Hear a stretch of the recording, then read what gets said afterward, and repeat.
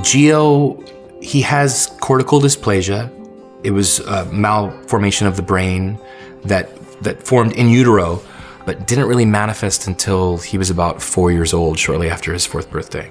He was playing in the next room, and we heard this really loud like laugh/cry/yell. And then maybe a few days later, it happened again. But this time we saw this facial distortion and eye deviation. And we would ask him, what are you feeling? And he described it as being electrocuted. Initially, it was absolute fear. Is he going to be okay? What is this doing to him physically? Like, what does this do to his brain? What does this do to his body? He was flown to UCLA via helicopter, and my wife went with him, and I drove to LA, which was the longest trip of my life because I was uncertain whether or not I was going to show up to UCLA and my child would be dead. UCLA is literally where we found that magic to cure him.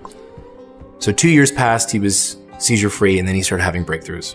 When they came back with a fury, and they were much worse than before.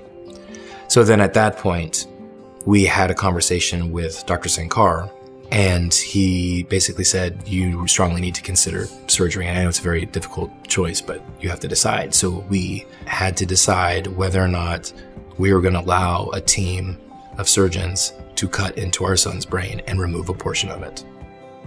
Dr. Fala called us personally after surgery and said, I think we got everything. It was a perfect scenario. And we race down to UCLA, we get there, we go inside there, and he's got the head wrap on, and his first words were, I love you, Mommy, I love you, Daddy. Those were his first words. And we just broke down in tears. It just felt like getting the bandages off my head. That's all. It didn't hurt at all. Now that it's been a year, seizure-free, he's had no seizures, he had no breakthroughs, he has nothing. He's at the top of his class for math. He's 3 times ahead of where he's supposed to be. He has straight A's. And this coming from the child that was sleeping in class constantly because of medication. The level of care is a whole other level. That's what makes this institution unique. That's what makes these physicians unique. The nurses, Child Life, Mattel, all of it. And that's why I owe UCLA everything. I owe it,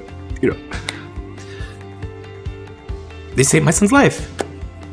Gio being a Laker for a day, a year after the brain surgery, a year after he was having so many seizures that we couldn't even go to a store. It's surreal to have him around such athletes who work so hard to get to where they are, and to know that Gio in his own journey worked so hard to get where he is. It's just so special. Go Lakers!